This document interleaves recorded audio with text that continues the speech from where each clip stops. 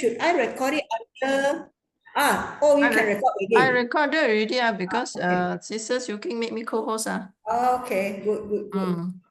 So where is Sister Visakha? She's gone. She's gone. That's why I suddenly MIA.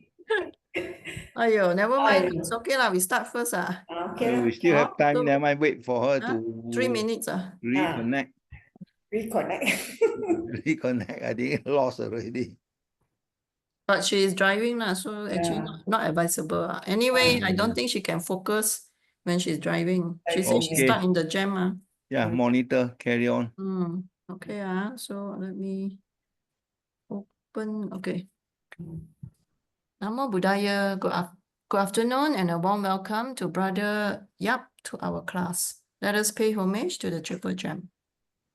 Arahang Sama Sambuddho Bhagava Buddhang Bhagavantang Abhivademi Swagato Bhagavata Dhammo Dhammang Namami Supatipanno Bhagavato Sāvaka Sangho Sanghang Namami.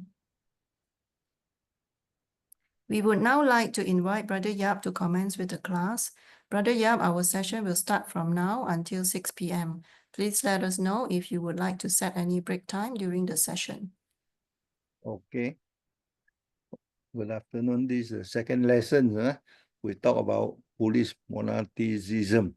This is about the early life of Sangha, the spread of the Buddhism, the early life of the Sangha. Okay, from the early life to the later monastic life. Monastic life, we say settler life. That one is later stage, but we emphasize more on the wandering, the early life. So I have recommended one very good book. I don't know whether you have got the photo in it. Sister Juliana. Yeah, I already forward to Sister Lysian. This is the book. Can you see the book? Cannot. A bit lower, Brother Yap. Yeah. Too big. Too big. Buddhist. Further. Make it straight. vertical. Yeah, vertical. Buddhist monastic life. Oh, okay. I don't know whether you can get online or what, but this one is cover all the monastic rule, the early life, and explain everything in details. By whom? Theravada's point of view. By whom? By you look at the Mohan Vijaya Ratna. Oh. Originally in French, translated into English. Originally in French. Mohan is French lah, I guess. Mohan no is Sri Lankan. I think he studied there . Oh, but translated by Claude Frangil. Study in France before, for example. The famous one, what the Buddhas taught, the one also studied in France before. But okay, if you can get. So you mean the slides today is based on this book or not? Mainly based on this. On this book. Okay. Explain in conventional terms. Okay. Because all the info from the Pali Vinaya. Okay. Pali Vinaya. And then another good book is there are two other books. One is a history and Buddhist Sangha in India and Sri Lanka. Gunapana Bokeh, number 2. Then of course the primary source is from the Pali Vinaya . Then there's another good book by it's not here, very popular. Buddhist Monastery something by the Indian Sukuma Dutt. The one is very popular also. So these 3 books plus Vinaya is good enough already.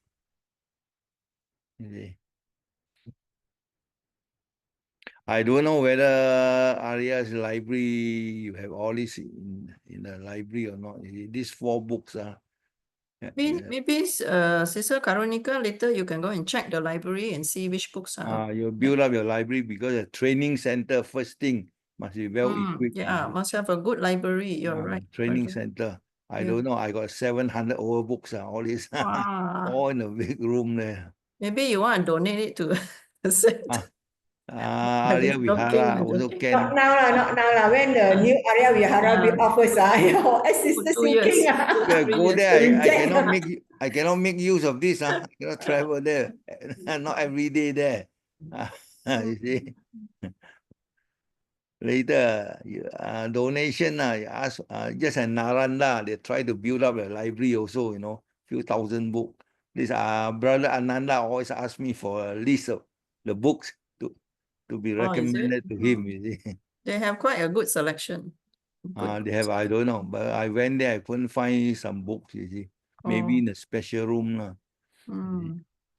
Ananda is the director, I think, of the library. He should know. Okay. Ananda Fong, isn't it? Yeah, Ananda Fong. Yeah. Not Venerable. the Buddhist Ananda. Okay. Okay, three the sources important sources for you to refer. Then we begin officially the official lessons. So first thing we talk about Sangha. You must know the meaning of Sangha. A conventional term or from our Pali text, you see. If you use a normal, the usual, the conventional people who call it or Sangha or monk, a group of people, bhikkhus or something like that, a gathering. In fact, literally it means a gathering, a group of people, that's all. But if you use in a Buddhist perspective, you refer to the community. A group of monks, community of bhikkhu or bhikkhunis. You use community in the sense that it's more structured. They follow a certain rule, a permanent, gathering. Just people come and go, chit chat, isn't it? Right or not? You use in the Buddhist sense, you cannot use gathering, maybe temporary. You use community. It implies that it's a very permanent structure, a group of people with proper rules, proper teaching, proper belief, or something like community. All stay together permanently. So from Buddhist point of view, we say Buddhist community refer to bhikkhu, bhikkhuni. Then you have a monastic. To be more specific, we call it monastic community. If we call monastic community, we refer to bhikkhu and bhikkhunis. Too simple, everyone also know. If you want to, sometimes you talk about the fourfold assembly, Chattaro Parisa. Then you include the layman and lay woman also, Saka, Upasika. So then you call fourfold together with the bhikkhu and bhikkhuni. Four different types of people, you see. Then you say fourfold assembly. This term is found in Buddhist text. It refers to four types. They may include all the Buddhists, whether Sangha or non-Sangha, lay people. All the Buddhists, fourfold assembly. If you talk about monastic, there is different, bhikkhu and bhikkhuni. That's the meaning of Sangha. Then, how this Buddhist community, Buddhist Sangha was established, then you have to trace back to the time after the enlightenment of Buddha. He was thinking what? To preach Dharma to those teachers, but teacher passed away. Alakalama, Ulaka, Lamaputa passed away. Then only he thought about the 5 former companions, right or not? 5 ascetics. he went to Sana, the Deer Park to be specific lah. There he preached the 5 companion Dhammacakkappavattana Sutta. After this, they gained Sotapanna one by one after another. Then a few days later, second sutta, Anakalatana Sutta. Then all gain enlightenment. So, in fact, the first one, Kondhyana, after the Dhammacakkappavattana, he became a Sotapanna. That time he asked for ordination already, and not after the enlightenment. Right or not? The first sutta itself, when he gained stream entry, he asked for enlightenment. One after another became the monk. So that time, 5 of them, Sangha consists of the 5 members. So first time Sangha was established in Sana with 5 monks. But nowadays, if we say according to Vinaya rules, how many people can be considered as a Sangha?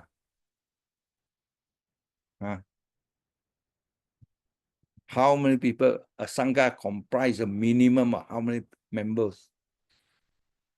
4 members. Yeah, 4 members, correct. Because 4 members can call up the Uposatha ceremony, can start the Uposatha. That means the citation of Vinaya rule. 5 members is the minimum number for ordination in the strange or new place.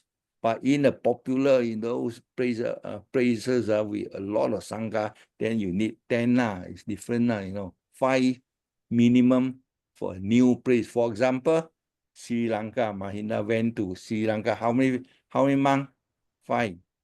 But of course, it plus the lay people, plus Samanera, the one we don't count it for ordination purpose.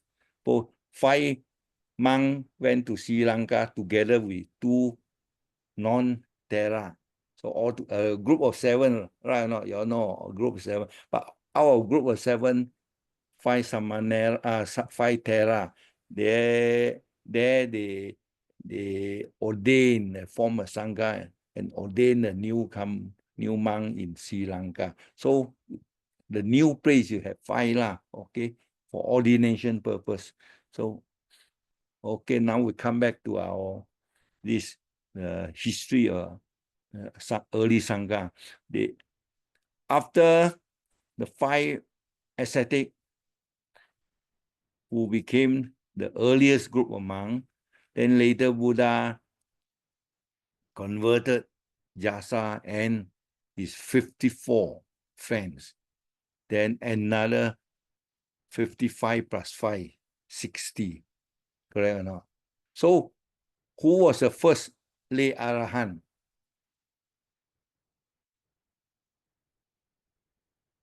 Lay Arahant. Yasa. According to the Sutta. Of course, we won't talk about other lay Arahant before passing away, like Buddha's father, the King Suddhodana. He became lay Arahant, and after how many days, 7 days, he passed away. That part of story is not, I don't think it's from the Sutta. It's from the later text. But from the Sutta itself, Yasa was the only one, or is the only example of lay Arahant, you see, because he, you know the story, this one, I don't want to repeat. So, after 5 members, then Yasa and his 54 friends, so altogether 60 Arahant plus Buddha himself. If you, according to Vinaya, sometimes Buddha was known as Arahant also. Sometimes you may wonder why Arahant Buddha also called Arahant is mentioned in the Vinaya. From what point from so long as a person who eradicated all the refinement and gained enlightenment is technically is Arahant. So this in Deer Park itself, first group of Sangha comprises Buddha and 60 Arahant, his disciple. There they spend the first Vasa in Deer Park. Okay. So after that, Buddha asked them to, you go everywhere in India, not in two singly to spread the Dharma. That's the first mission, as I mentioned. So Buddha himself went to Uruvela, on the way in the jungle, convert another group of young men who were chasing after one condition who stole the belonging or something like Buddha said, more important to search for the truth and not for a woman. Then after that, Buddha in Uruvela forest converted the Kassapa brothers together with 1,000 of their disciples. There's a story. So this group of 1,000 over disciples, Buddha and 1,000 over disciples, after some time they went to Rajagaha. So on the way they came in Gaya Sisa, the hill Brahma Hill, somewhere near Gaya town. There Buddha expounded or delivered the fire sermon. You see, there was a story that we have discussed a few months ago. So there was an early history of expansion of Buddhism, expansion of Buddhist Sangha from 560, 70 over to 1,000 over. By the time they met King Bimbisara in Rajagaha, already got 1,000 over members. There was the early history regarding the expansion of Buddhist Sangha and Buddhism. Then ordination. So just now we say Buddha dispatched the 60 monks from when he was in Sanak, in Deer Park, right? Asked them to travel elsewhere to India to preach the Dharma beautiful here and there, right? So these people came back later. They brought in a lot of potential candidates. They also, after hearing the Dharma, they were convinced and they want to join in the order also. They want to become a monk. So these people brought those potential candidates back to look for Buddha. They thought Buddha still in Deer Park or Uruvela. So because of Buddha never stay in a fixed place. Those days wandering here and there. So they got trouble. Look here, look there. Where's Buddha here? Went there. Then they couldn't find where they go and find. So because of all these conveniences, Buddha came up with new rule. You allow the monk, senior monk, to ordain also. But that one is the second part. Before that, how Buddha ordained those 60 monks. You see, it's very simple procedure. He just uttered a statement. Ehi bhikkhu, come bhikkhu, come and lead the brahmacharya life, the righteous life, to end the suffering. That's all. Of course, the potential candidate, those 5 monks, 60 monks, first of to save the head, save the head or save the hair. I don't know where is the difference. Same meaning here. Save the hair and save the head. To me, it's the same. Save the head, save the hair. Must get ready the arms bow. Don the yellow rope. All these prerequisites. They have to get ready first. Where the ropes, get the arms bow, shave the hair, then approach Buddha. Buddha utter the short statement. That's all. No such thing as a probational period, samaneri, pajaba, upasambhada, or higher ordination, nothing. Gaudim, full admission. That was during Buddha's time, especially by Buddha himself, for the 60, as well as for the 1,000 over monk under Mahakassapa. Not sorry, not Mahakassapa, Uru Kassapa. You see, Uruvera Kassapa. Buddha used this method. Only Buddha used this method. Later, as I told you, those senior monks, they brought back some potential candidate. Then, because of all sorts of inconveniences, Buddha introduced another method. Of course, first they have to don the yellow robe, got ready the alms bowl, save the hair. Then only they bow down, Anjali. Then they decided this statement: I take refuge in 3 refuges.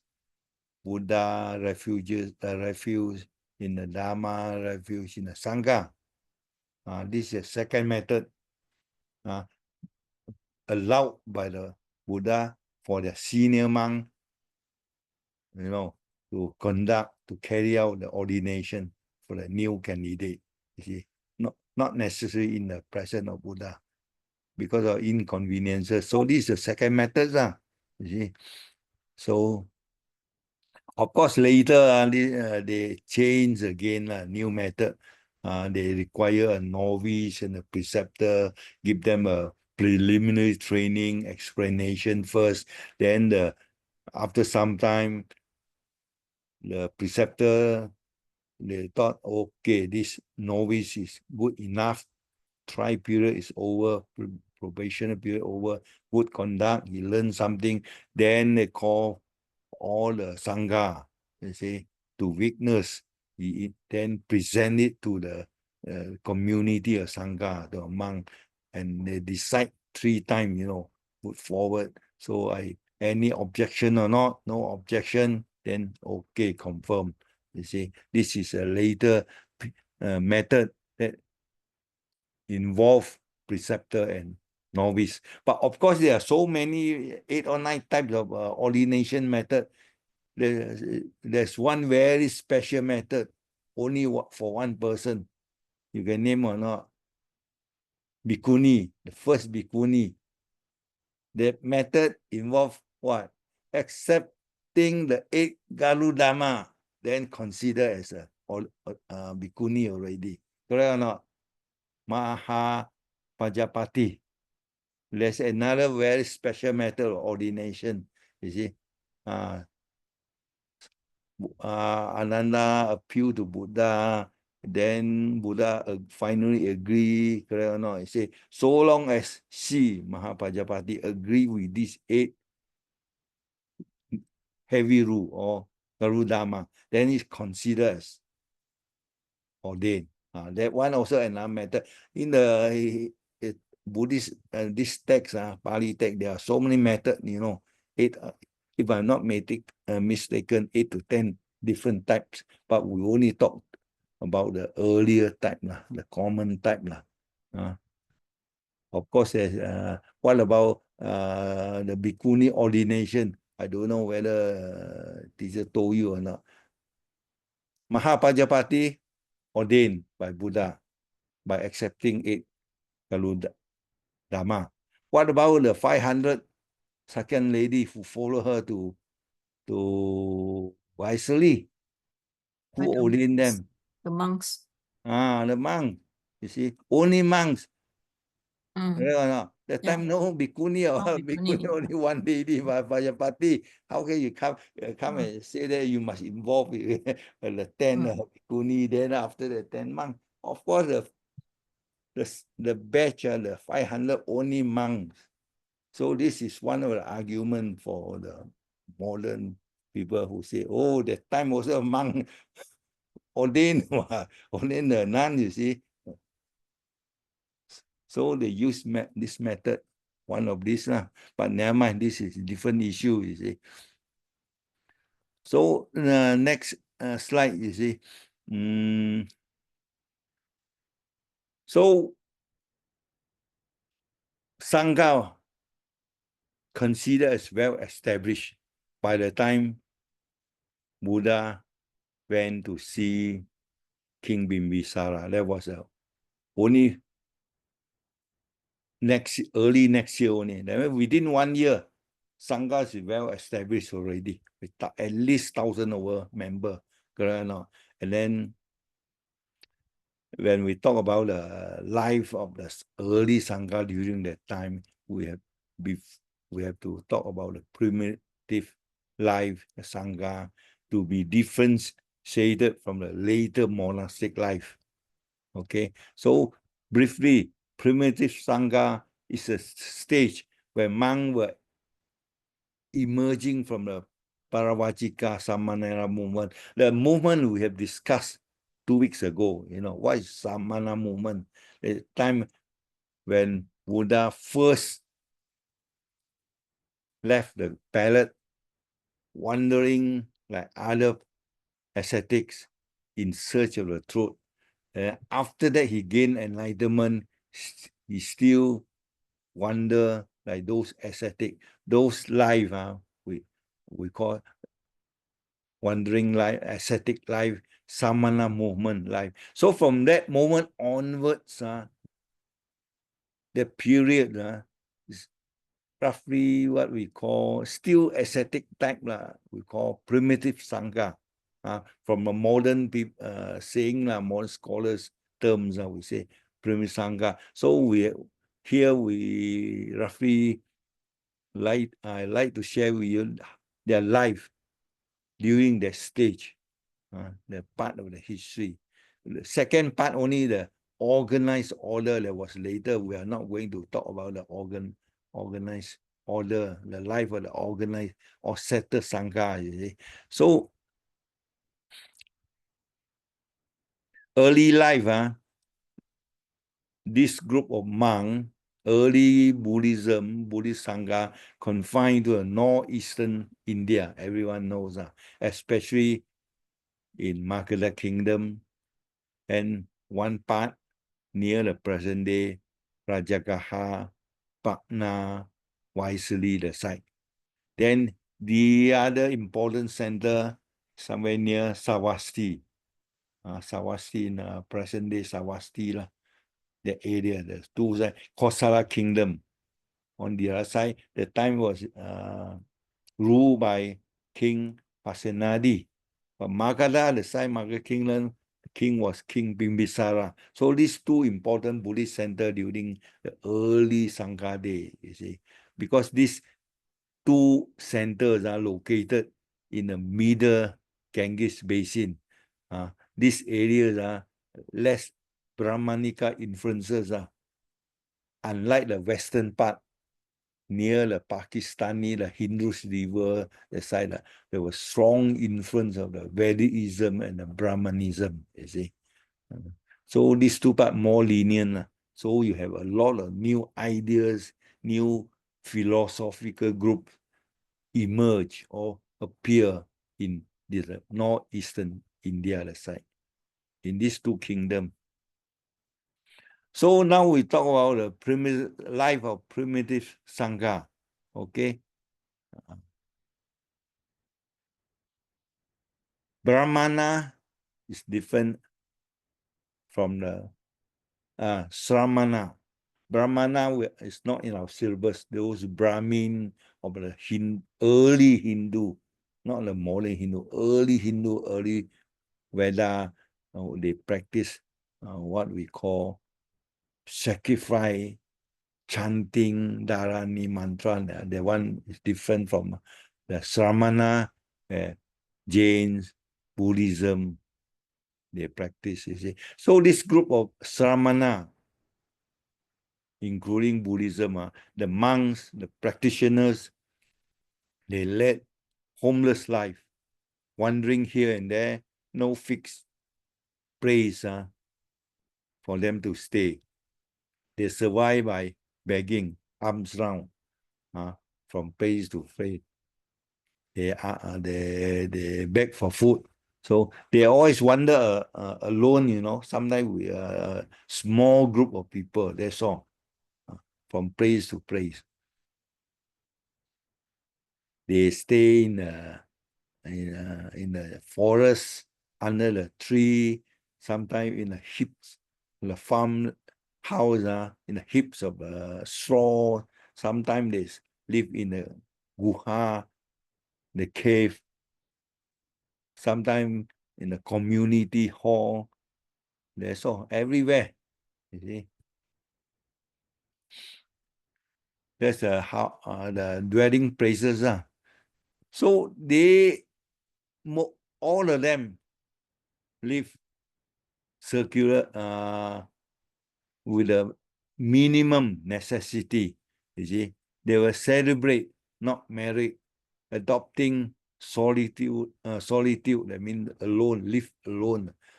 So in the early sutra, there's one early sutra in the Sutta Nipata, they call rhinoceros sutta, right or not? Or they always say monks wander like a rhinoceros. See, they describe the early monks' life, wandering here and there. You see, they are always simple in dress, food, and shelter. This is a general description. We before we go into more details. You see, so okay. So now they are wandering life. Buddha, there's no such rule saying that. You have to wander all the time, all solitude, stay in a permanent place all the time. There's, see, no mandatory, no rule in the Bhakti-Mokta with specific required wandering life. You see, you can wander because they don't have this ownership of any houses, so they have no choice, have to wander. That's all. But no rule saying that you have to wander. Let's say you can settle somewhere else also can, but you cannot own a building. That's all. Devadatta requested to make a rule all the monks wander most of the time, but Buddha refused. You see, you can wander. You don't wander also can, but there's no such rule in the Brother Yap, do you mean begging? Here it says begging. Not wonder, is it? Begging. begging. Hmm. Begging, they Begging for food, right? begging for food. A lot of this book they use a term begging for. They don't have a suitable term. Begging, people think that tolong, give me food. Not that time. Buddhist begging here means you come inside. It give you an opportunity. And to offer the food. That's all. You don't give, I don't ask. Yeah, pindapata. Pindapata. But they don't have a suitable term to translate this pindapat. They use the word begging. They give a wrong concept that, Yes. tolong, Yeah. give me food, I'm hungry. Yeah. Right. That's a This is wrong what also idea. Ayah mentioned. She says it's not begging, not actually. Begging is the beggar like that, not. Yes. It's You different. see, you notice a lot of books, they can't find a term, you see. That's why they use pinapata. If you use pinapata, people also cannot understand unless you are, even the normal Buddhists also, they don't understand pinapata, correct or not? But senior like you, of course you know lah. You ask people what's pinapata, this one day Buddhist or Visade Buddhist, they don't know what is pindata, pindapat, you see. So that's a problem. Brother, Yeah. some are using pindapat and pindapata. Which one is the? I'm not Pali expert lah, but you consult your Pindapata is pindapata. Pindapata is a normal term. Pindapat, people always say pindapat, but a lot of books then use the term pindapata. Pindapat, I think some people they They like to ignore shorten all the shorten word. it, yes. Yeah. Pindapat. Yeah, probably yes. Yeah. You see. So the general idea, lifestyle is, as you can notice from this slide, the general description of their life, celibacy, solitude life. They don't concern with a secular affair. That is your own business. My one is basic requisite, simplicity in dress, food, shelter. That's all. That's a general description. Now we go into more detail. You see, talk about dwelling place, whether it's compulsory wandering or compulsory. There's no such rule. It's up to you. But you cannot own the building yourself. That's all lah. You see, you will wander here. Next year you wander there, because you don't own a place, you have to go here, go there. You can later you come back for second time, stay in the same place also can. It's up to you. So long as you wander, you cannot stay whole day, because the place not owned by you.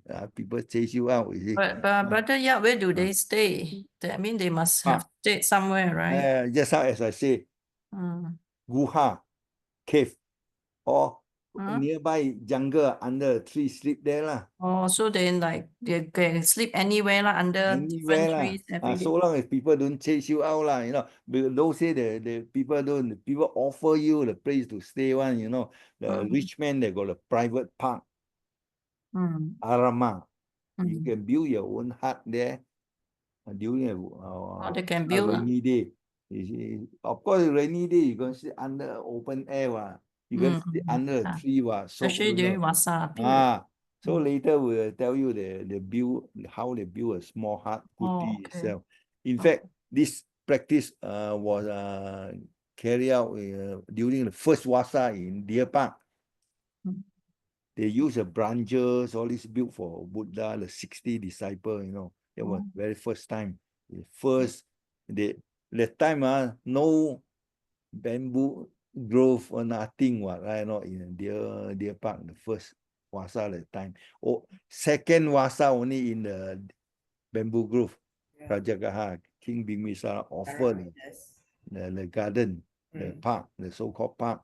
Then only build a temporary structure, you see.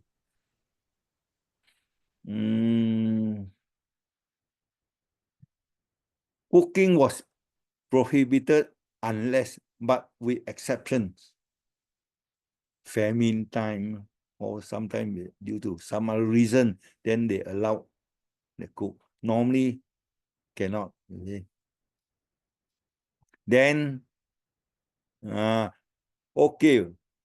wondering, when early monk had two ways of obtaining food. The word is there, so I have to use the open and close inverted comma. Either wandering or invited by the lay people. Two ways of getting big. Since you are not involved in cooking, storing food, nothing, you see. So either you go out, ask for food, or don't use the word ask also lah. You say go there and wait for the food. People don't understand also. They use bad or invited by lay. Invited by lay people also practice those days, from the sutta, lah. Buddha invited there, then after that share the merit, this and that, right? So two methods we can always find in the sutta. Went round begging, open invited comma like asaji, or invited, as you can find so many examples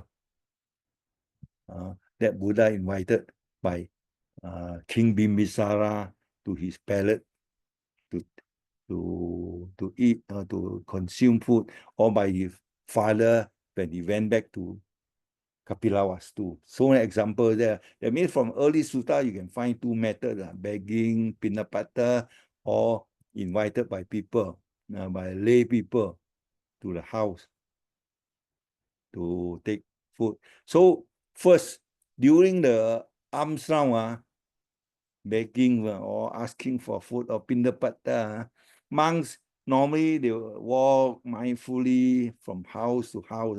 They cannot simply enter. They cannot simply ask, "Oh, do you have food or not?" No, they stand quietly, the eye half closed, looking downward, near the door side, in silence. You see, in front of the donor's house.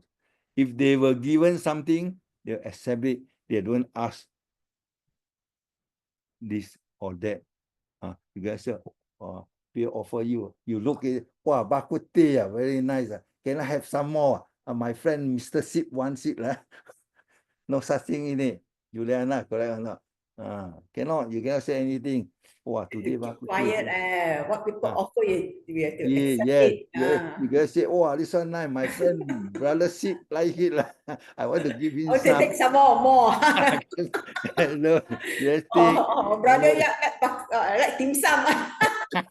No. Oh, today dim sum, can I have some more? No. Yes, take, and then don't look at the food, nothing. You walk off. One method, this the early method, during Pinapata, you see, no complaint, no request, no comment, never look at it and walk off. Second thing, if invited, then only they enter the house. But now Pinapata, they never enter the house, only at the door side. Never say anything, you see? Never enter. Invited is different. Then when invited, they don't invite specific, Ayah, Juliana, I invite you for, no, yeah. When they invite, they only invite the Sangha as a whole. Then it's up to a temple to nominate, Juliana, today you go to this house, that house, or something like that. They nominate. When they invite, when they request the abbot to send someone, like something like they request the Sangha as a whole, they don't want to offer dana to the Sangha as a whole, but it's up to the abbot to nominate, okay? That's a concept, you see. Invitation, by invitation. These two things, if you know, one is silently walk from place to place, accept it without comment, without this and that. The other one, invitation, is normally is for the community, invitation. And then the abbot nominate someone to the house. That's thing. That's regarding the food of the monk during the early day, you see. Then next thing we come to the robes. Early Sangha, primitive Sangha, most of the time, they did not receive the ready-made piece of cloth, nice cloth from the lay people. Most of them, they collected those rags or the cloth people throw away in the rubbish bin, or if they couldn't find any rags or broken cloths in the rubbish bin, they went to cemetery, plenty there. They wreck all those body, dead body. After they throw away all the cloth in the cemetery, there they collect, they wash, then they dyed it. You see, second method, then sold it. They don't have the iron needles, they use the small branch of sticks, to sold it or something like that, to join it, during those days, how they make their own rope. And then they normally they have one set, they can have a spare one, but they never keep for more than 10 days, you see, for specific reason.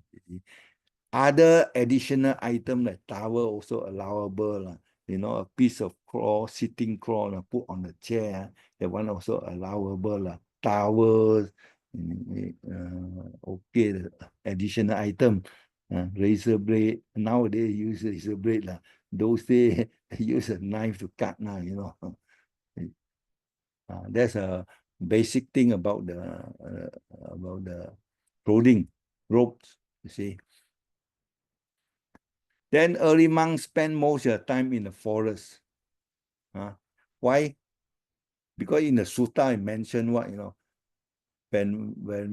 Buddha first went to Uruveda, he found a place very conducive, right or not? It's not too far from the village. If too far, it's not convenient to go for Amsang, Pindapat. If too near to a town center, people always come here for advice, this and that, disturb their lifestyle meditation. See, not too far, not too near. One thing, how far, how many kilo, never say lah. Just use a general term, it's up to you to judge, you see. So because they need the food, that's why they cannot be too far from the village. At the same time, they have to cultivate the mind, practice meditation. They need a quiet a quiet place. That's why cannot be too near to the village also. For these purposes. So solitude. Buddha did not advocate complete excessive solitude. Not to say, oh, you must be alone all the time. No, no, no. This one is too extreme. You see, you can live in a community. There's no right now to discuss Dharma. Mainly discuss to support each other. You see, so he never put in a rule that must stay alone permanently. There's no rule saying that. Solitude is compulsory. No such rule. Though quiet place, if you are alone, is good for your meditation, but that is for meditate during your own practice of meditation. Other than that, if you don't meditate alone, just discuss Dharma for food pindapat, support each other. You can always have a group, stay in a community. See, he rejected Devadatta's proposal. That's why he rejected. Devadatta said permanently stay in the forest. Buddha said no. You see, not necessarily alone. That's all. That's a lifestyle. Then during Uposatha day, those day monk, they don't have a early Sangha, they did not stay in a fixed monastery, you see. All scattered here and there, one or two in this forest, some in the cave, here and there, scattered here and there. But according to Vinaya rule, every fortnight, I mean, to make it simple, fortnight, you see, full moon and new moon, this and that, you must gather to decide Vinaya rules, right? No. So in that case, they only come together. So how the rule says that within the same sima must come together within the sima, the monk within the sima come together at the same spot to decide Uposatha. So how the meaning of sima, how to determine the sima? So those days they have this criteria. They will say, Sungai Buloh, there you see the railway line, across the railway line consider KL, not your sima. This side railway line is Sungai Buloh. Then the hospital further than that, that one is the Kuala Selangor Ijuk, no. Then this side highway, PJ area, no. So within this area is the sima of your community. So monk within this area must gather together, decide Uposatha. This called sima. Nowadays sima is different They specify this room by stone, sima stone. Or this room like Subang Jaya, that room, this room designated as sima. And not unlike those days, because nowadays you have a fixed monastery building.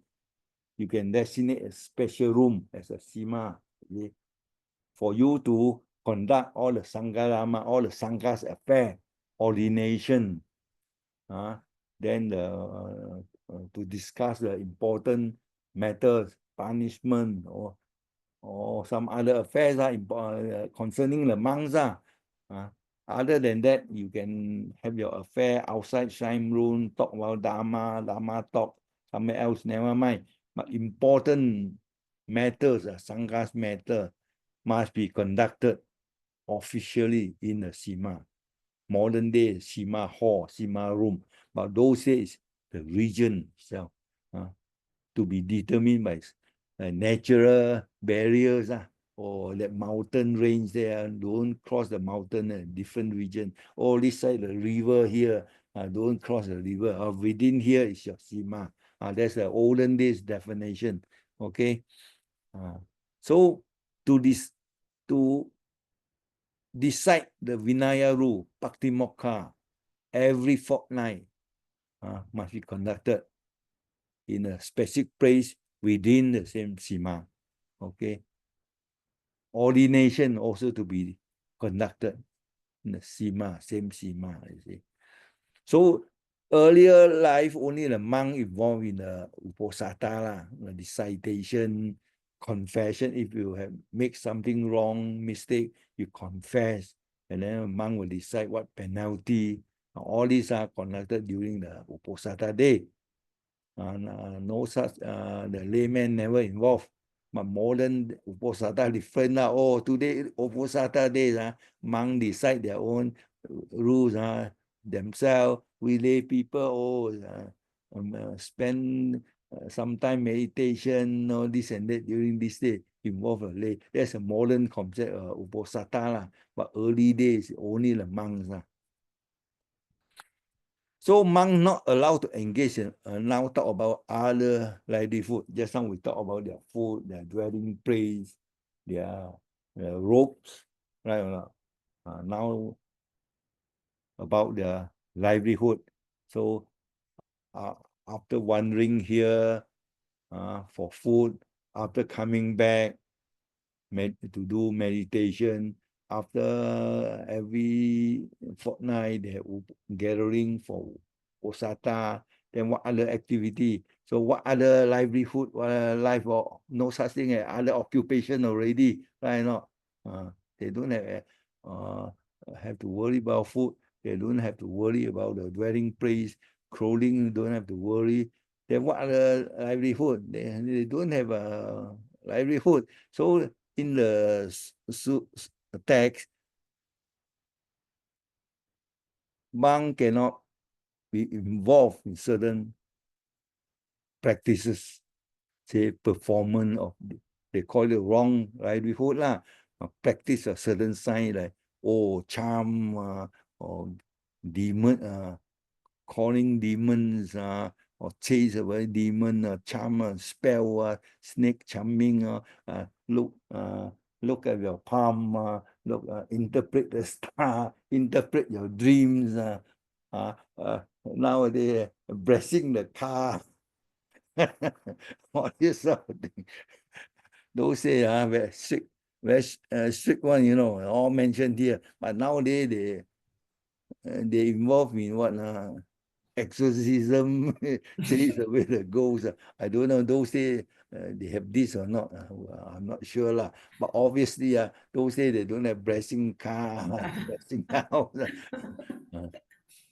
You see, so already mentioned in Vinaya, no wrong livelihood, astrology, fortune telling, interpret your dream. Oh, yesterday I dream of what. How is it that the monk will tell you this? No, all this is wrong livelihood. You see, body signs. Body sign, when Siddhartha, Prince Siddhartha was born few days, Asita came to look at the body mark in it. The one of Hindu, don't say, or Buddha also practice that. That time no Buddhism, what? He was a baby. The Asita came. Asita was the what? Brahmin. You don't use it and then put into Buddhism. Don't follow this what Radha Krishnan. In the book 2,500 years. Oh, Buddha lived as a Hindu, practice Hindu. That time he never practiced. He never lived because his father asked the Asita to come and interpret the body marks. You see, there was those days Hindu culture. You see, not Buddhist culture. Interpretation of body signs, astrology, the dreams, this and that. But there was one case, in Anguttara Nikaya, one night before the enlightenment of Buddha, Buddha dreamed about 6 dreams, correct or not? The one in Anguttara Nikaya, but then he never interpret lah. He dreamed of that. That's all. That time is before gaining enlightenment. He dreamed of the, the mega. He dreamed about the lake covering the 2 oceans. You remember that, the life of Buddha.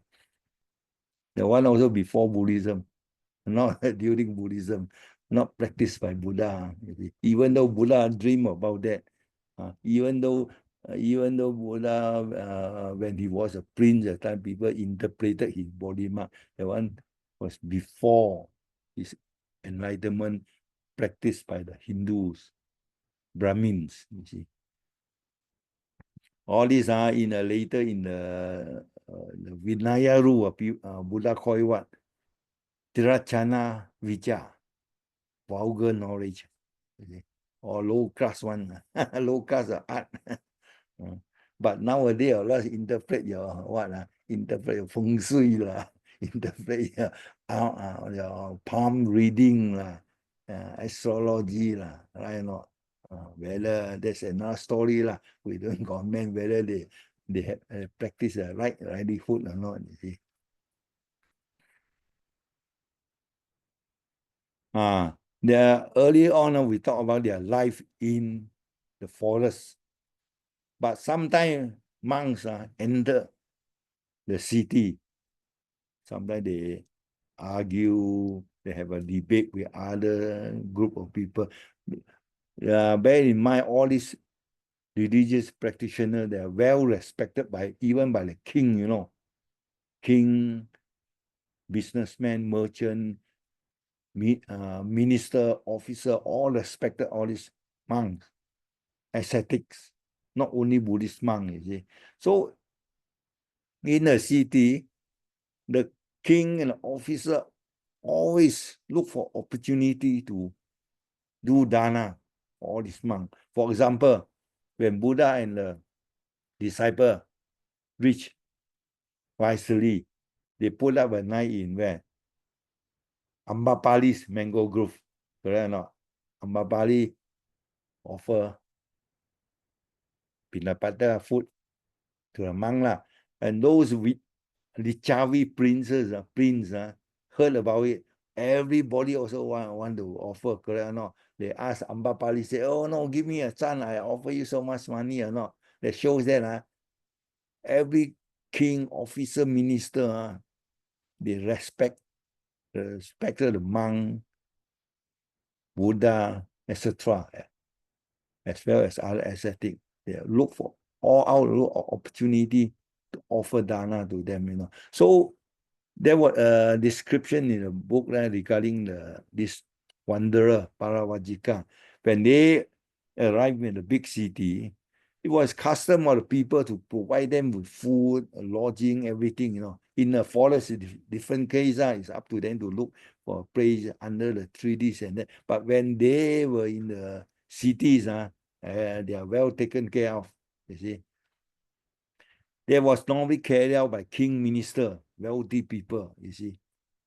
It was a tradition for those people, the urban people, always look for the monk, spiritual people to give them advice. For example, King Pasenadi always came to Savasti, asked advice from Buddha, correct or not?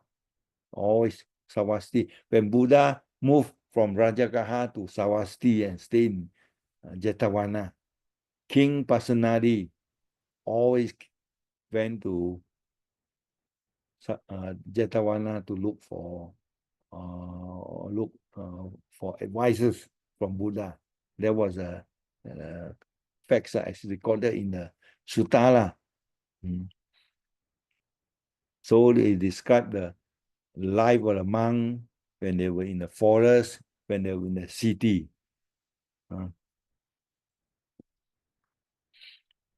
Now come to the rules during that time. Early Sangha. What about the Vinaya rule? According to the commentary says it's not the Sutta. For the first 20 years, Buddha did not proclaim or advocate any Vinaya rules. That was according to the later commentary. So how those Sangha members behave? What they depends on what? Buddha's teaching as in the early sutta lah. Those precepts mentioned by Buddha in the sutta, in the sermon. So they just follow the teaching. That's all, very strict. As later, when more and more these people join the Sangha, especially from those schools, non-Buddhist schools, they have different rules, different practices. They start ordained as a Buddhist monk. Then they brought in their own rules, they mix up with the Buddhist rule. Then Buddha introduced very strict Vinaya rules or Patimokkha to regulate the life of the Sangha. Only after the 20th years, Buddha introduced a Vinaya rule. Is according to the commentary saying, you see. So the early group of monks, they are well disciplined. They observe the basic rules, all the silas, in the various sermons, as I told you. They don't have a specific list of Vinaya rule, strictly based on the early sutta. So later, more and more people join the Buddhist order. Rules and duty began to be introduced, as I say. So the modern version of the Vinaya rules, as you know, there are 5 texts, correct or not? 5 texts,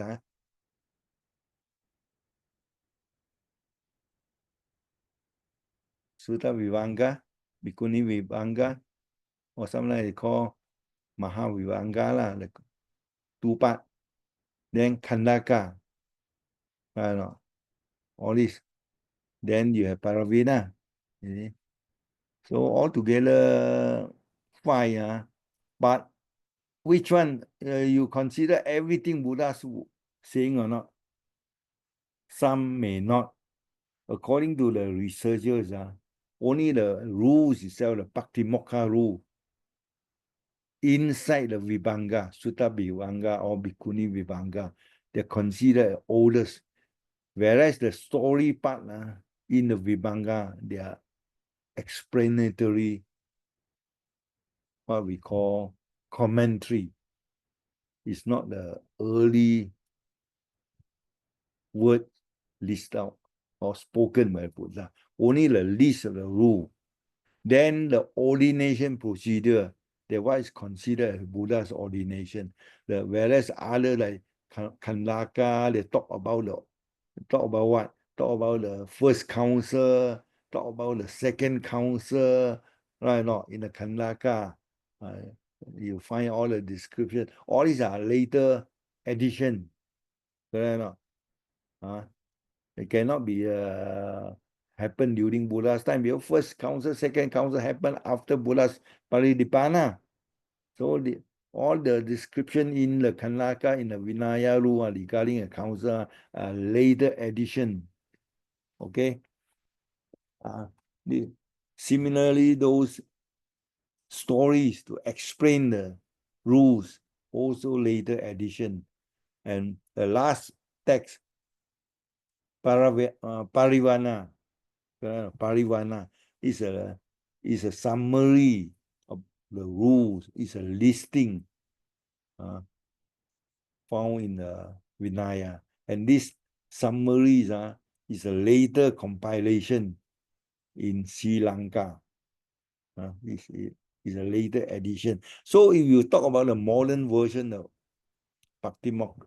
modern version of Vinaya text, the earliest part are those Patimokkha rules together with the ordination procedure. That's all. The rest all later addition. They combine with the rule, make it a Vinaya text that you have today.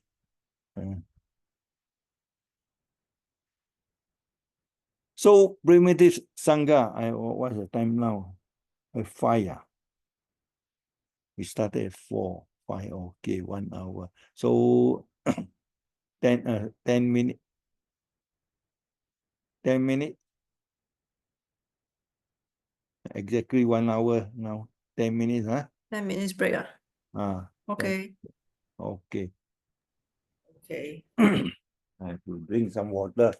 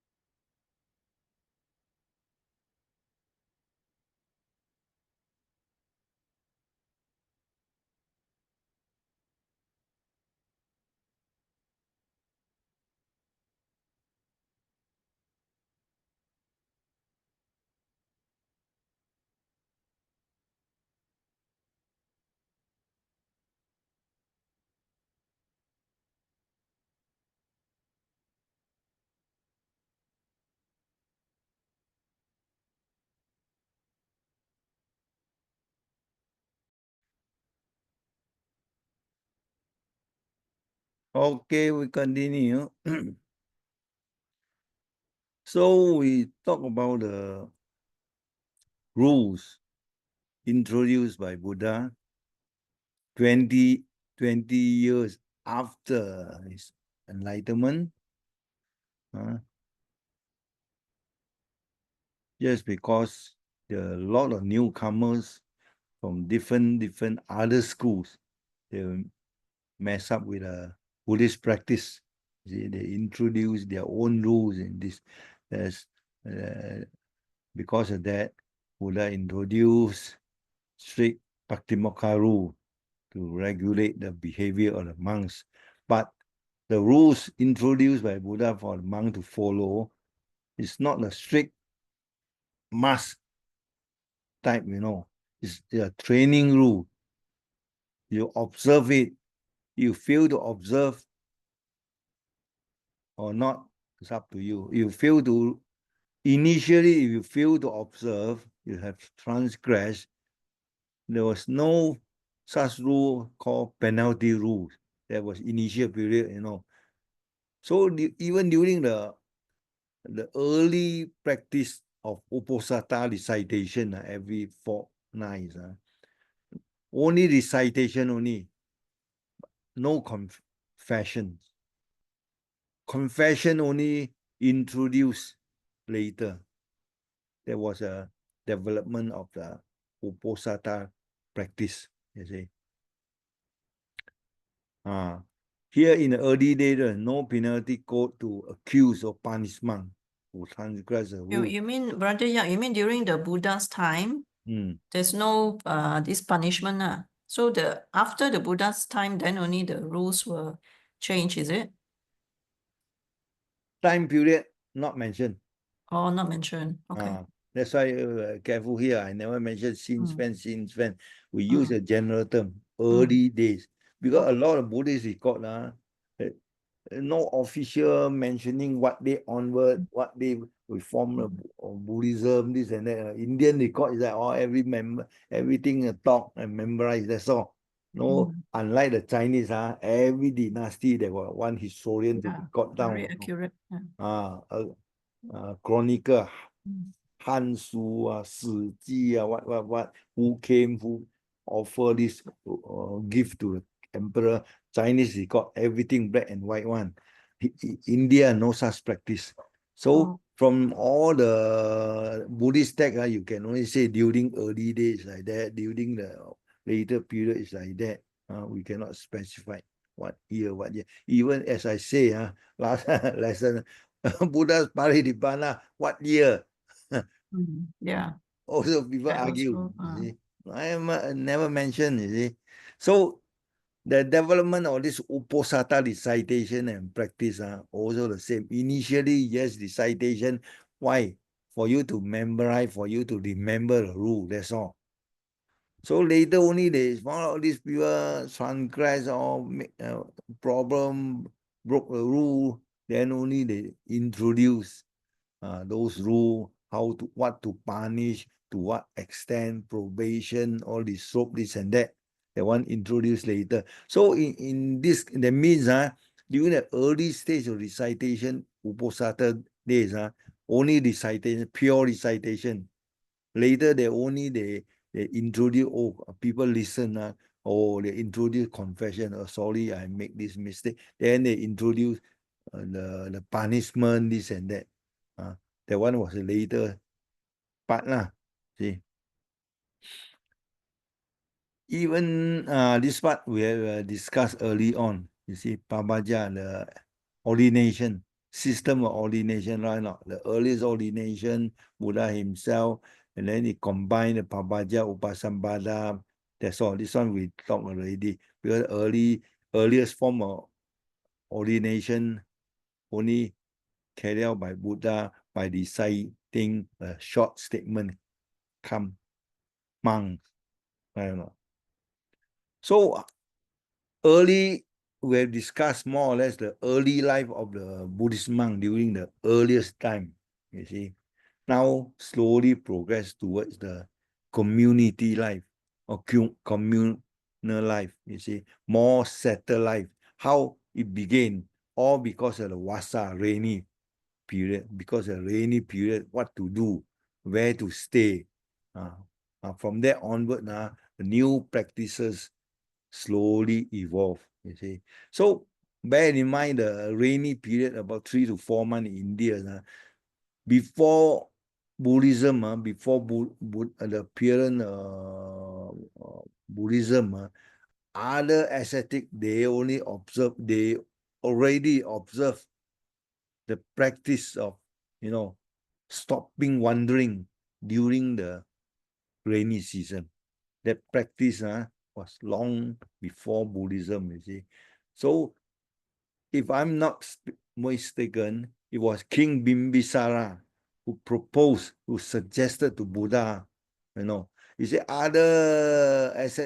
the king said other ascetics, they stop wandering during the rainy season.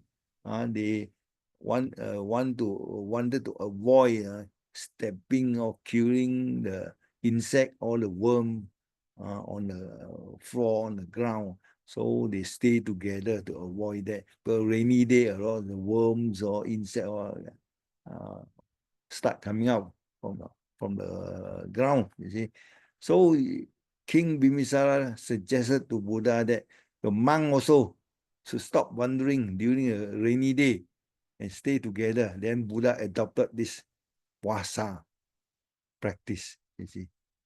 Vasa, stay together, stop wandering during the Vasa day. This practice upon the suggestion by King Bimbisara, you see.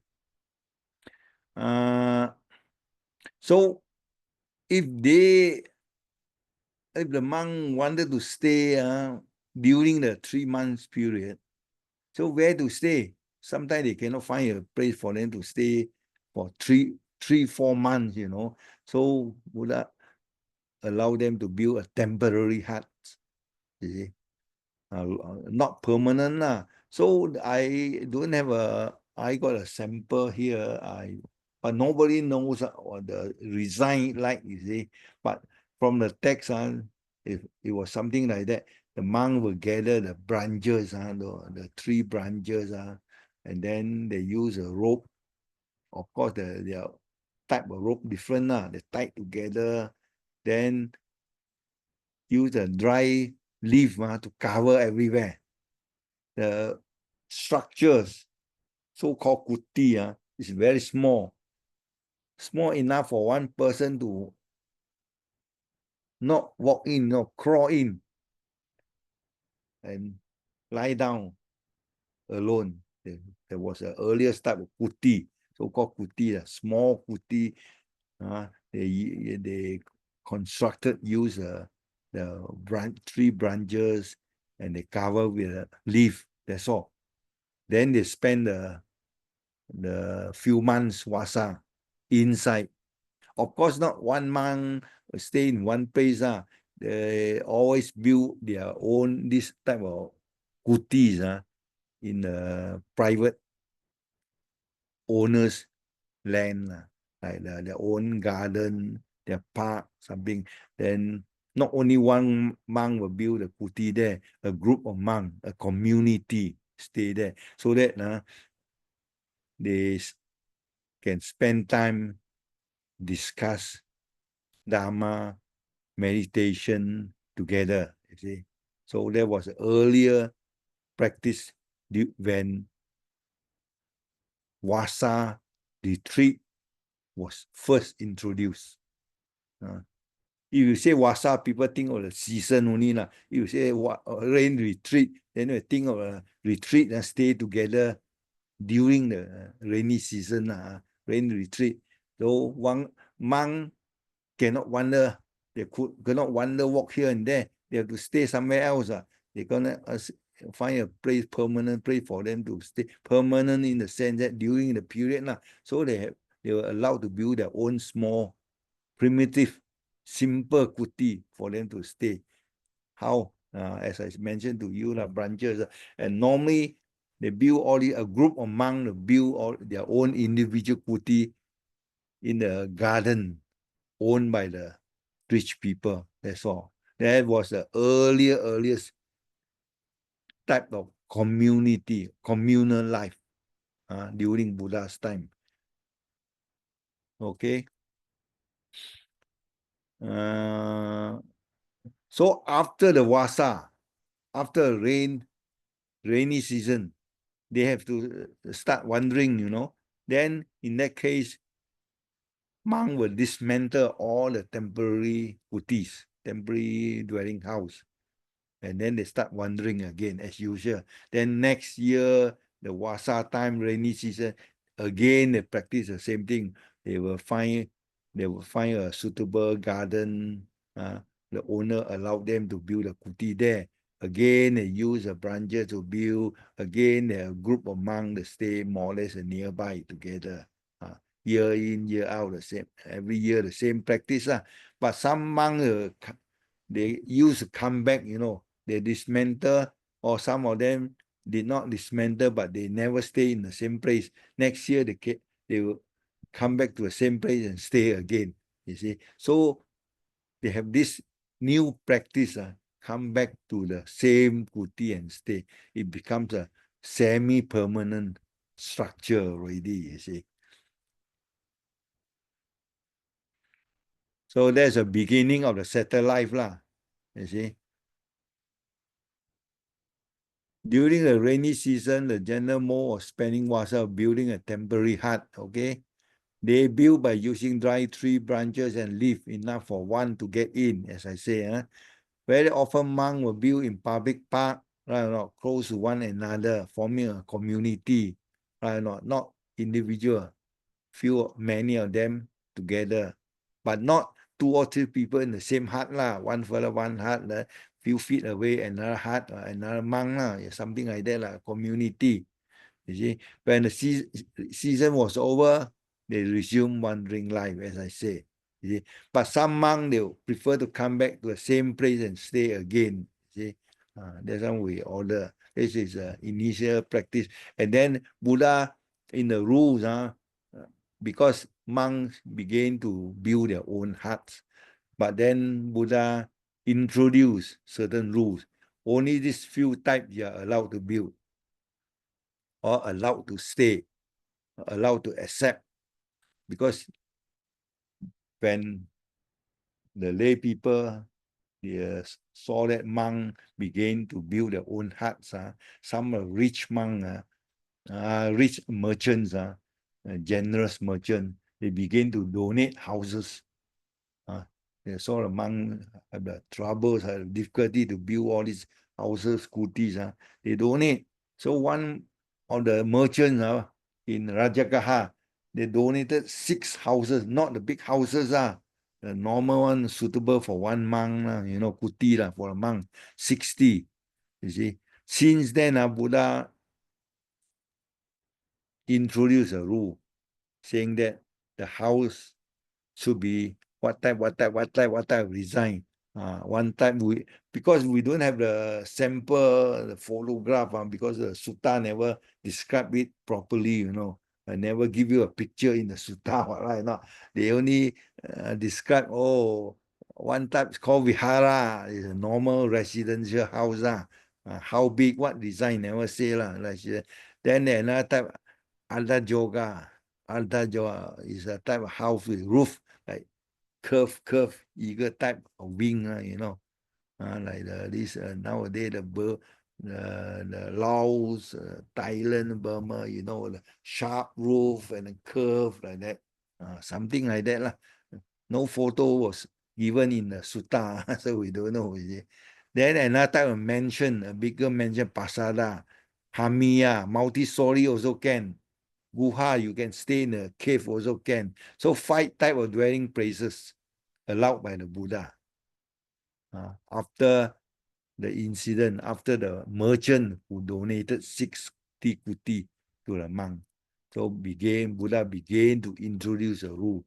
You cannot have a long house for all the monks to stay together, individual. The 5 types here, you can stay. Cave also can, number 5, Guha. So, now we talk about the first monastery. We say park is because when King Bimbisara donated the property, the garden to Buddha, it's not the whole building, just a garden, the park for Buddha and the monk to stay there.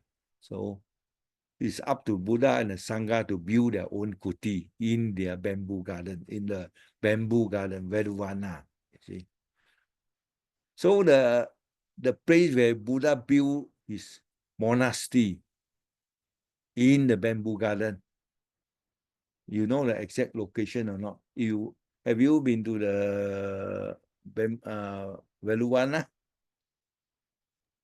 Yes. Which part of Veduvana? Where Buddha's monastery was located? It's a big garden, that's why. Which part? In the center, you find a lake in it. Yeah. Then surrounding empty land. Where? It's somewhere near the entrance. As you enter, left-hand side, you can see a Muslim cemetery. The Muslim cemetery just next to the entrance. So next to the Muslim cemetery. In India, the Buddhist holy site, when Buddhism disappeared, this Muslim, Hindu always build their things on top of the Buddhist temple. For example, Chaukandi. Chaukandi, near Sanak, near Deer Park, halfway. Yeah. Stupa, then the Muslim Mamak King Emperor built a octagonal structure on top of the stupa. Correct or not? They always do that. The Ananda Stupa, not in the Vaisali. When we talk about Ananda Stupa, the stupa embedded or enshrined with Ananda's ashes. It's somewhere from Patna to Vaisali, left-hand side. There, the Hindu build a temple on the top of the stupa. Another example. If you go to Sankasya, there was a stupa now in a bad condition in it. Part of it had fallen. You've been to Sankasya or not? On the top, there's one small Hindu shrine, white color one. You see, all these Buddhist holy site stupa, this Hindu, this Muslim always like to build their own on your top. So I think it's human nature, brother. Yeah. Yeah. It's I to just show quote the their example. power. I just quote the example to show the power on top. Quote the example, you see. So this the earliest garden, we say garden, donated by King Bimbisara for the Veluvana. There Buddha built the monastery there. That was the earliest, or the first examples. Other examples, those monastery built during Buddha's time include Ambapali's Mango Grove. You know, you read the Mahaparinibbana Sutta, the last days of Buddha, last journey, Buddha traveled from Rajagaha to Vaisali and put up a night in Ambapali's Mango Grove. There, later, a temple, Ambapali donated a mango grove to Buddha and the Sangha. Later, a monastery was built there. And in Kosambi, near Allahabad, you know Kosambi, I don't think you all have visited Kosambi. Very few Buddhists from Malaysia or elsewhere visited Kosambi. Kosambi near Allahabad, 50 kilos away. There, according to Buddhist text, there were at least 3 big Buddhist monasteries there during Buddha's time. Now, the archaeologists has excavated one. Gositarama. Yes, Gositarama. We visited there before. So that one also built during Buddha's time. So during Buddha's time, quite a number of big monasteries have been built and donated by the merchant, you see. Jetavana, another one by Anathapindika, why not? Ambapali Park, Ambala Paliwana, and then the Dr. Jivaka, Buddha's physician, donated his mango grove to Buddha. That one located at the foothill of Vulture Peak, why not? There, Buddha preached what? Sutta. Samanapanya Sutta, why not? In Mango Grove, originally owned by Dr. Jivaka, but he donated to Buddha. So during the Buddha's time, all these are well-known monasteries. Roughly we know nowadays. Beside Veluvana, then Jetavana, the Ambalapali's Park, Dr. Jivaka's Park, Kosambi's, Kositarama, there are 3, where Buddha spent the 10 vasa there. The quarrelsome monk of Kosambi, you heard or not? Later, Buddha left to the nearby jungle and amnested, helped by the elephant and the monkey. The story, you know, monkey offered the honeycomb, maggot, Buddha refused to eat. Look, right? You know, the story we will talk later. So what we want to say is that when monks begin to live a settled life, then a lot of monasteries began to build up and donated by the private merchant, private sector. First one, Veluvana, then followed by so many other temples, so many other monasteries. Okay. Then there are at least 2 types lah. The house, the design of the house, the structure of the dwelling place, 5 types lah. Just now we say. Now they talk about the area, the monastery. There were 2 types. One is temporary one, with a simple house, simple kutis. Then another type, arama, more permanent structures with more kuti, more room. For example, you can find in Naranda, in Rajagaha nowadays, you can see the structure, a lot of small room. The one we call kuti. Each room occupied by 1 monk, together with the stone pillow, right or not? You can see inside. Then in the center, the open space with the well. That one is a later development. That one settled life. You see, that one began. The type of design began even during Buddha's time, later stage of Buddha's time. Okay, their type of design.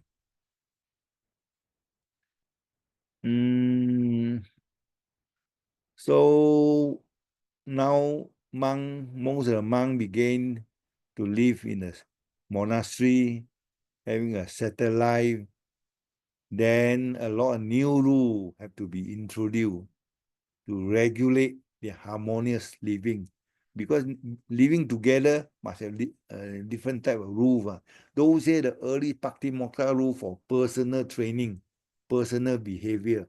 So Patimokkha rules, you can divide into two different categories. One for personal training, personal behavior, personal ethics or discipline or precept. Another set of rule, communal living, so that they live harmoniously. So two different types of rule. So the later type were introduced later when a lot of these monasteries have been built and monks began to have settled life. Then you have different set of rules, you see. There was a second part of the history regarding the Buddhist monasticism. The second part we don't discuss so much. We are more concerned with the early stage of monk's life, the primitive Sangha life, how they live, what they eat, what they wear, what sort of rule, what sort of practices. That's all. Early stage of life, a settled life, there's a different part of history. We are not going to discuss more about it. So that's all. So because in the same Sima, one of the new introduction was a Sima Hall. When you have a settled life in a new buildings for all the monks. They don't have to say, oh, all the monks from different sections come and gather at different place and then chant Vinaya rule. No more. Since many monks live together in a big monastery, then they have to come up with a certain space, designate a certain place to make it a meeting place, or a Sima, so-called Sima Hall. That was a later development. You see, when different monastery have their own Sima Hall.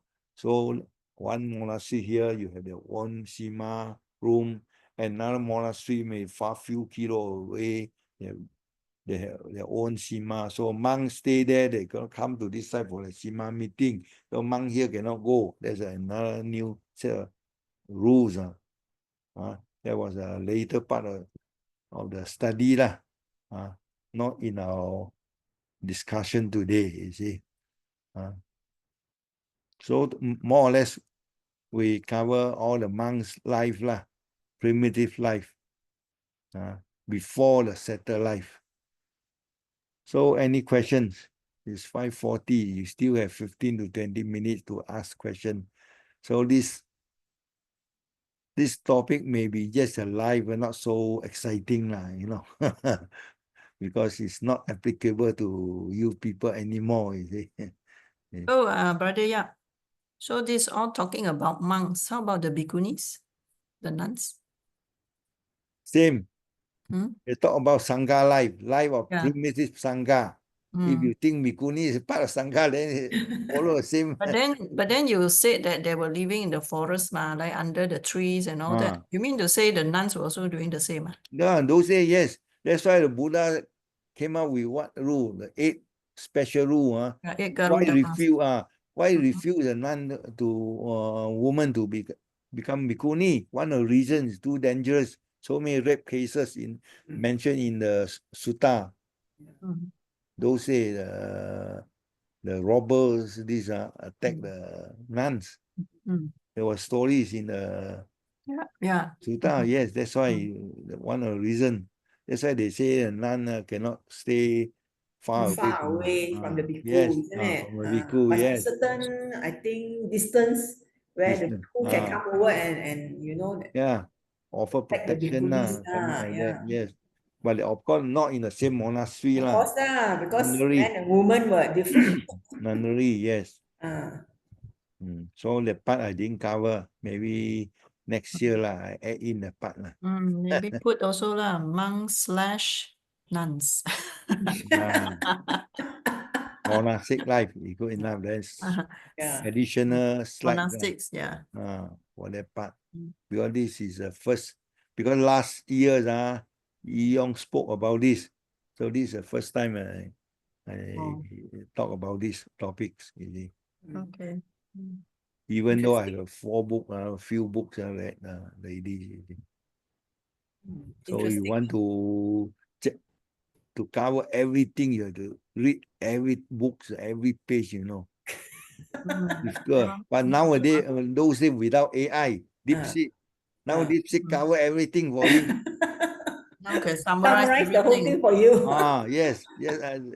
I just got one answer. I forwarded to Bante Dhammapala, why Kondiana was called, translated as Chao Chen totally different. Which text mentioned that in a Chinese text, immediately within 2 seconds and 3 seconds, that give you an answer. Then I forward to Bante Dhammapala. He said, wow, so good. Even I also don't know. Mention the which text, first use this type of translation, you can scan and tell you immediately. But then we also have to check lah, sometimes Sometimes they make mistake. Yes. Yeah. But they apologize. Every time make a I say, oh, this disclaimer. is wrong. Then I question back, post back. They say, oh yeah. Sorry, you're correct. This and that. Really? Yes, they apologize. They say they admit the mistake. Oh, okay. So you cannot say 100% follow the answer You based on answer, you verify, you search again. Okay? Unless you are very sure they are correct, then okay. Then anything else? Questions from the others? Three what? 2 of you what? Sister Karunika, Sister Visakha, any questions? In fact, the past student also can join in, The past we don't, no more students already, but yeah, only 3 of us. Then those like Jijiana also can join in. Then Sister Gianna, she already graduated. Yeah. You And she's very graduated. She's no longer a trainee. No, not. This is not the point, When you come to teaching, learning. If she wants to join also, okay, we will tell her, we will invite her. Different teacher will give you different facts, different info. Yeah, true. This is very informative. Yeah. Different because some deep general Dharma talk only, some based on research, some based on own opinion, different text. True. Yeah. More people can benefit. Samaneri Vimaralani also can attend. Samaneri already went to Sri Lanka. Yeah. She's going to take her ordination on the 28th or 29th June, tentatively lah. So she has gone there to prepare. So she's going to stay there until the ordination, and then after that, for Wasa as well. So after this, who will be the next candidate? Next candidate should be Sister Gianna. Gianna. After that, Kaluriana. Kaluriana. We will come and support you. Brother Sid sure come. Offer you Sure not. Offer you the first meal. Brother, you are first the meal. First and the last meal. It's the meritorious one, Yes. The I most told you in the That one is to become enlightened. I told you, correct or not? The life of Buddha. The meal before your Enlightenment. offer. And also after before the you pare ordination, nibbana. also offer. Very meritorious. You better inform Brother Sid and we all, quickly. Yeah. No need to wait until then, brother. Yeah, can offer anytime. They were not so meritorious.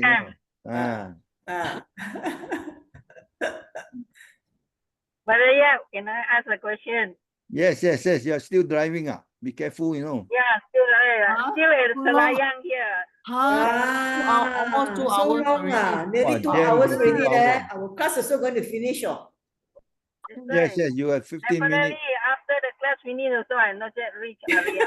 Wow, Ayo. 2 hours. So terrible. Ayo. Sri Gombak there jam, and then now Selayang also jam. Wow, Selayang is very jam. Very jam place. Okay, any questions? Yeah, I want to ask a question.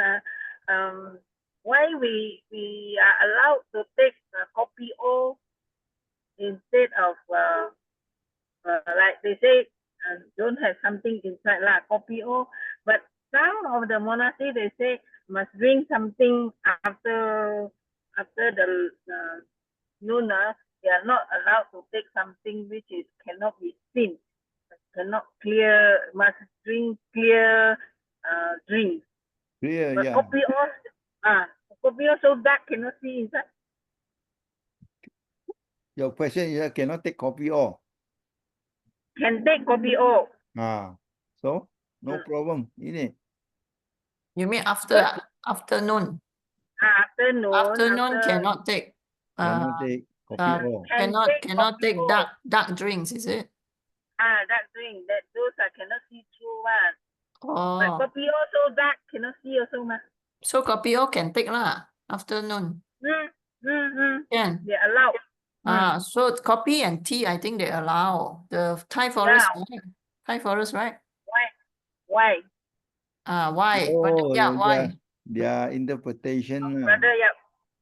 This one rule I don't know. Yeah, I never been the monk before. It depends on You the. see, I think it we go depends on the Buddha time, monastery. This they one only is can get kopi O. this one is strictly the different country, different practice. Yeah. Not nothing to do with Vinaya. Never tell you so detailed one. Oh. Give you a general guideline only. But you never say you cannot take coffee or tea after Never solar say, noon. You never yeah. say.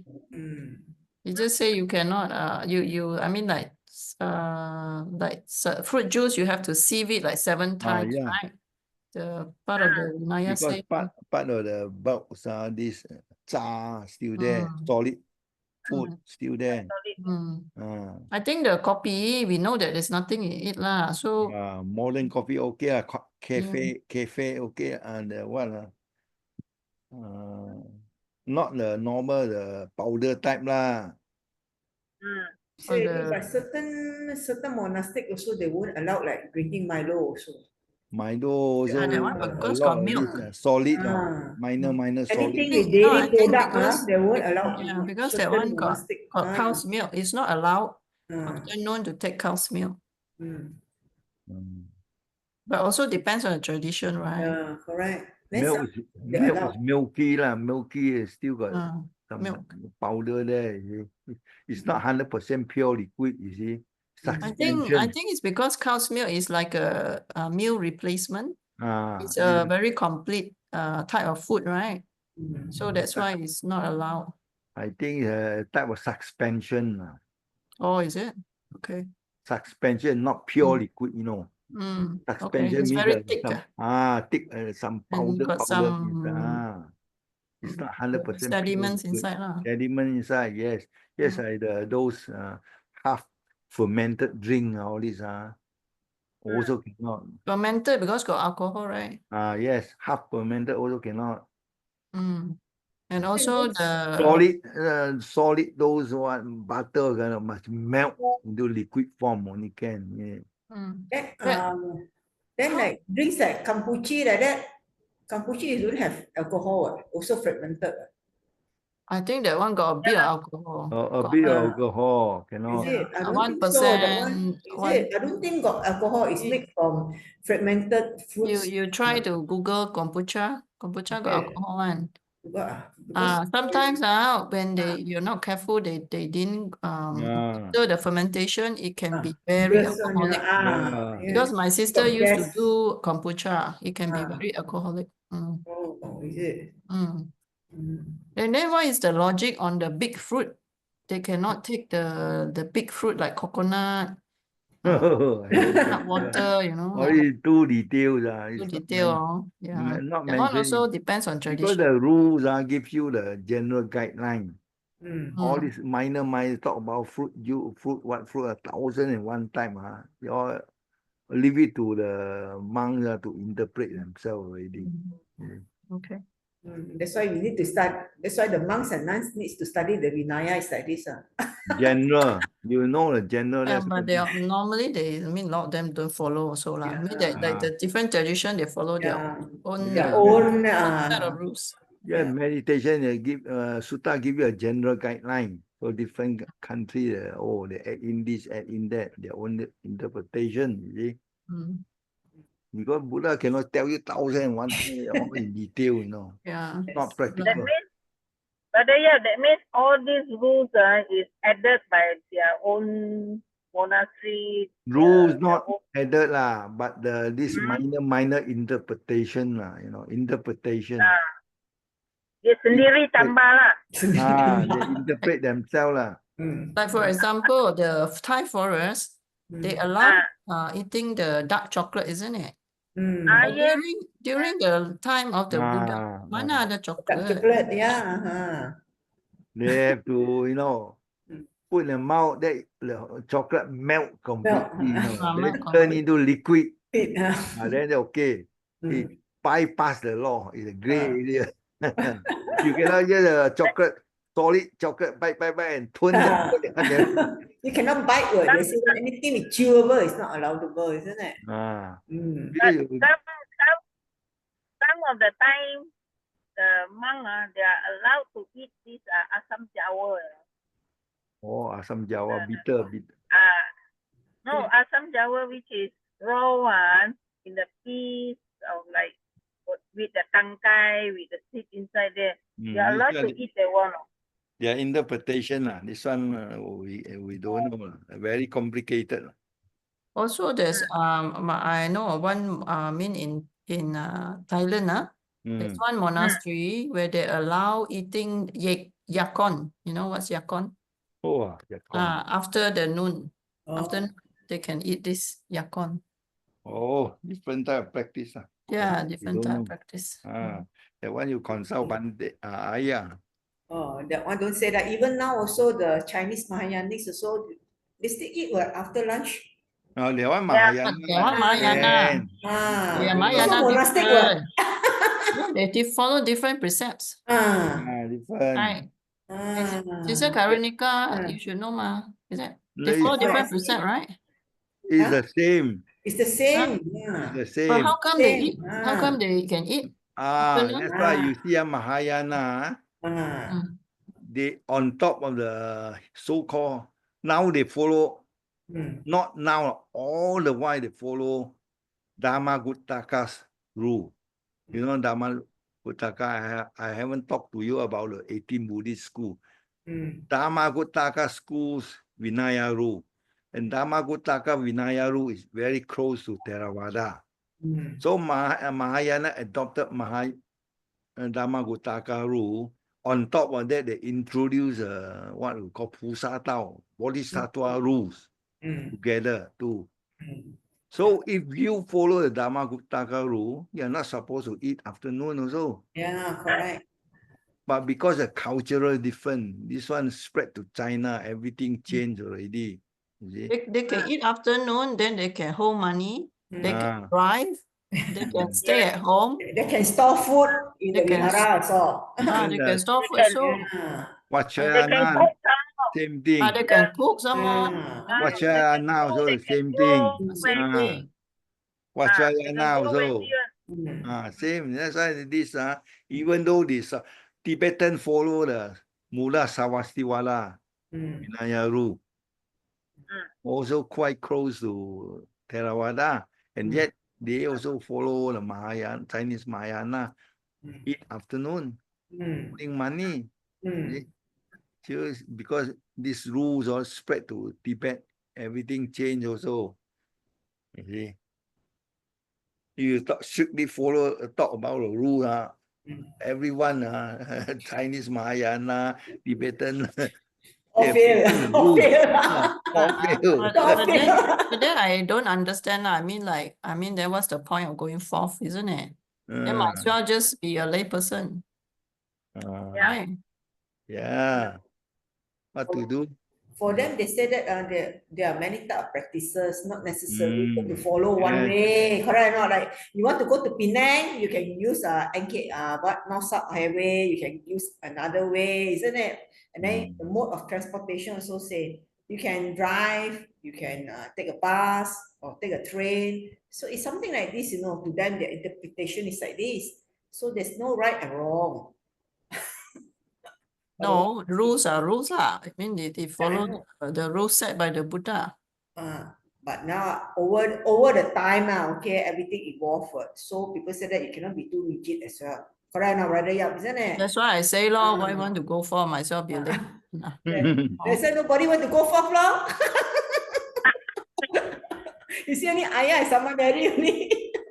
No, not many people want to go to Theravada way. So because so strict. Mahayana make it too much That's easier, also ma. strict. Cannot eat, no, ma. Correct, no. Cannot hold money. Cannot drive. Cannot this. Cannot that. Cannot. That's their tradition lah. Ah. Become their tradition lah. That's why. Tradition. Isn't it? That's why. If you follow history, that's different. You follow tradition, is different. I always talk about history one. That's why those traditional people always say not nice, wrong. Because they follow a tradition. If I say Abhidharma not Buddha's word, according to history, these traditional people, they are not happy. They say bad karma. Yep. You are talking bad about. This is Buddha's word, you say. That depends on whether you follow tradition or not, or follow history or not. No, you follow strictly history, you have to follow the Vinaya rule, cannot hold money. The traditionalists, their tradition, they say wrong. You cannot defame us, something like that. They say very bad karma. They say now Buddha time different. Buddha time the thing is different. Now is a new era. It's looping thing. You have to follow the new. That's why I say we have to evolve. Correct? No, I cannot follow. Say pan. I thought you had stopped recording once I finished it. Alamak. Alamak, you